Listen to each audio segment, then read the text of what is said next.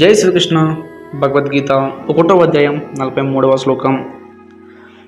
దోషదైతే కులజ్ఞానం వర్ణశంకరణ కారకై ఉత్స్యాజంతే జాతి ధర్మ కులధర్మస్య శాశ్వత.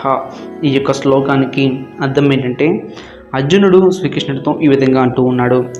వర్ణశంకరణం వల్ల సనాతనంగా వచ్చే సనాతన కులధర్మం అనేది నాశనం అవుతుంది.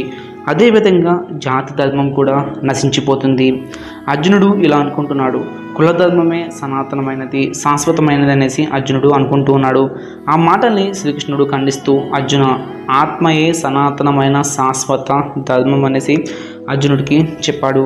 మనిషి సనాతన ధర్మం గురించి తెలుసుకోక ముందు తను ఏదో ఒక దానిని నమ్మి అదే సనాతనమైన శాశ్వత ధర్మం అనుకుంటాడు. అర్జునుడు కూడా ఇదే భ్రమలో అయితే ఉన్నాడు. శ్లోకం నచ్చిందనుకుంటే ఒక లైక్ చేయండి, చిన్న కామెంట్ చేయండి. Thank you for watching.